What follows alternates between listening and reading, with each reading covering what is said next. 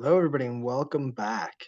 Today is going to be a pretty big day for this particular class because what we're going to be doing in this lecture and some of the accompanying information that you're going to be presented is going over a big step in this research process that we've been hopefully going through here in the last few weeks.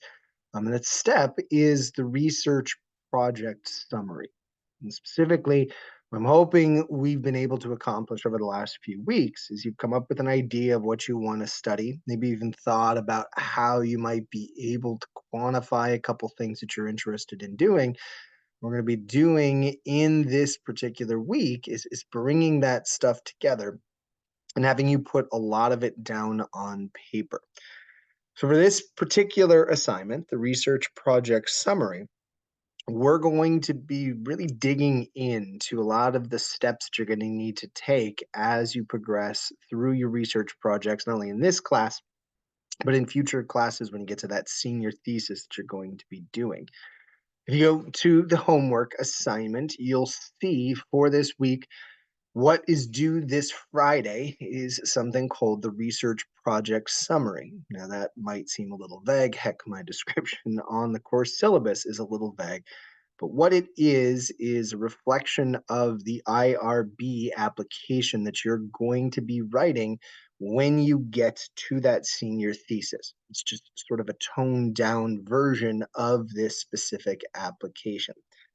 In this application, you are going to tell me what the title is for your study and provide a very detailed summary of your research that you're theoretically going to be examining by tying it to some of the past articles that you found and some ideas that you have, and maybe some things that have come to mind since you've started this project, justifying not only what you're going to do, but why you're going to do those things. And then after that, there's two big items that you're going to need to think about for the statistical side of things and also for this IRB application side of things as you're moving forward. First thing you want to provide is a description of the variables you're going to be using in your research project. Now, some of you have had methods classes where you really dug into what makes a variable a variable. Some of you maybe haven't necessarily had a lot of familiarity with that specific topic. But what I want you to do, regardless of where you're at, is to be able to tease out what the variables of your project idea are. You'll need at least two variables for the study of interest that you're going to be conducting.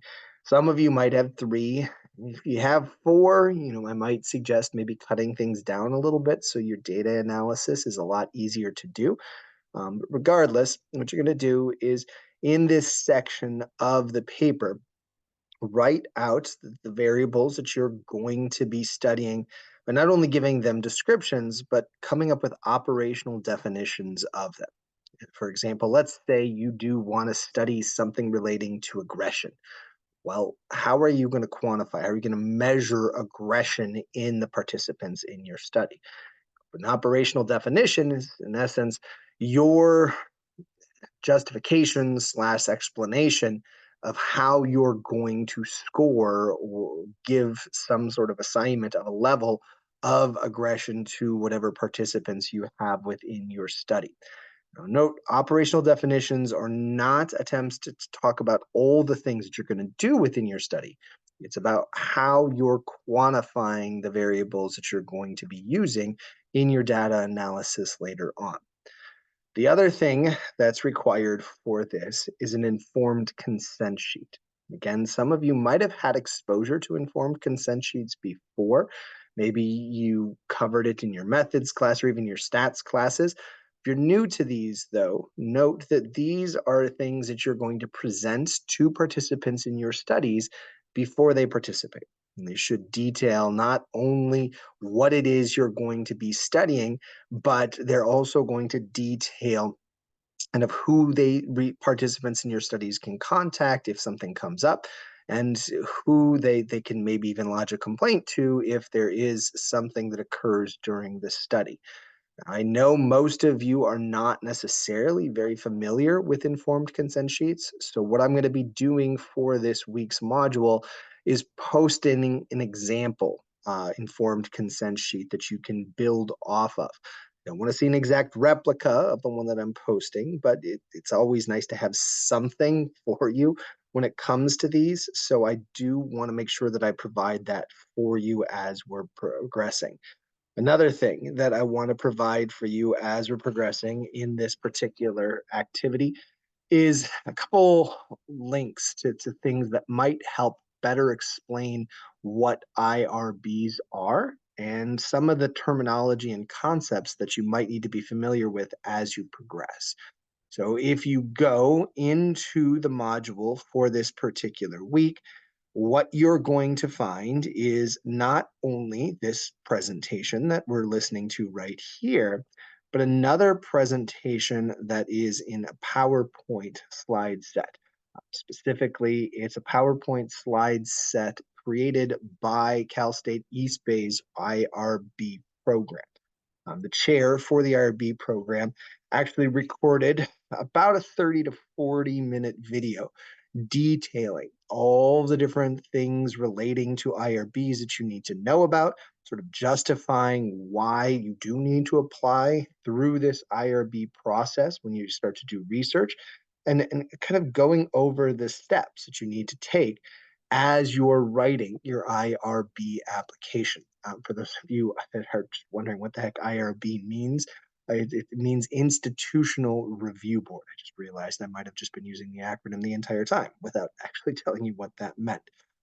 So anyway, in addition to watching this video, which isn't going to be more than about 25, 30-ish minutes, I want you to also watch this video created by the Human Subjects Research Program, the IRB at Cal State East Bay, because it really will help you better understand what you're going to encounter as you progress, not in this class necessarily, but in your future classes when you're going to start working on that research project. All right. Now, with that said, I guess I should also show you a couple things that you'll find on the IRB website. So one of the links that you'll see on the IRB website when you get there is a decision tree that helps you understand how to qualify your research, who to contact when you're starting a research project, and what types of studies fit into different categories that you might be using for your research. There's also a couple other links that are worth looking at. And this is primarily found within the IRB's website links. So if you look at the IRB's website link on the Cal State East Bay website, you'll see a whole bunch of things that are useful as you're getting started on these projects. Not necessarily our project, but future ones when you start doing these IRB applications and start to really dive into what you're going to be doing for that senior thesis. You'll see lots of contact information here. In addition to that, you'll also see a really important program called the K-Use IRB. This is our online database that allows researchers to apply for different projects and also keep track of what it was that they've been approved for and the process of getting approved for. You see in my particular window right here, I don't have any projects currently posted in that system. But as you progress into your senior year, this particular framework or this mainframe is going to be something that you're going to be encountering a lot as you start to run your projects through this system. So if you go here to this KUSE 424 website, you'll see an opportunity to start a new project, and I'll even click on that link so you can see what it looks like. That first starts out by asking you just basic information about who's sponsoring you, what program you're in, when you plan on running this types of study, and again, how you categorize your research. That's where this IRB brochure becomes extremely useful because each type of research you study or each topic you look at might fit into a different category, and it might be run through a different system that we have here at Cal State East Bay. But for now, just want to put it on your radar that this is something that you're going to be encountering along the way, that this is exactly what our assignment is trying to emulate when I have you providing this information. And hopefully, because you're kind of familiarized with this and sort of see the links to all the critical programs that you're going to run into, when you get to that senior thesis, this is not going to be the huge hurdle that unfortunately a lot of students run into. Honestly, getting to this point is very common for a lot of students, but being able to transition the ideas that somebody has into an application, getting it done on time so you can get approval and actually run the study, that's one of the biggest challenges that students run into. So we're going to do sort of a rough approach to this in our class by having you come up with something like an IRB application for this class that we're just going to call the research project summary. But again, in this particular week, I want to expose you to a lot of things that maybe aren't critical for the assignment, but you're going to need to know about as you progress. So please watch the PowerPoint presentation that's linked to this, that again was created by the Human Ethics Committee or the IRB over here at Cal State East Bay. Make sure that you are giving that a look over, and make sure that you also look at the example informed consent sheet so you know what to build off of when you submit that as a second file. You're gonna, in the first file that you're going to submit this week, provide information with the study title, the overview of the project, and the variables that you're covering. And then you're going to provide a second file with the informed consent sheet. So I should see two files submitted from all of you.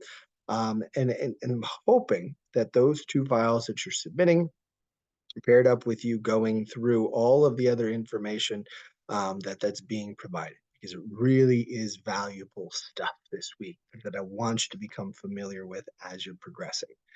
But in terms of what I need to get across in this video, I think we've covered everything. If there's anything that lacks clarification, if you really don't know where we're going with this, don't hesitate to reach out. I haven't had anybody really ask any questions yet, but hoping that just means that everybody's following along and getting the gist of what we're covering here in class at this point. But that doesn't mean that I'm not around and that I'm not willing to get you any help that you need as we're progressing through these things. So for today, I'm going to bid you adieu. I wish you the best of luck in this class and all the other ones that you're taking. And I hope to be speaking to you or even with you next week as we progress. That's it for today, folks. Take care.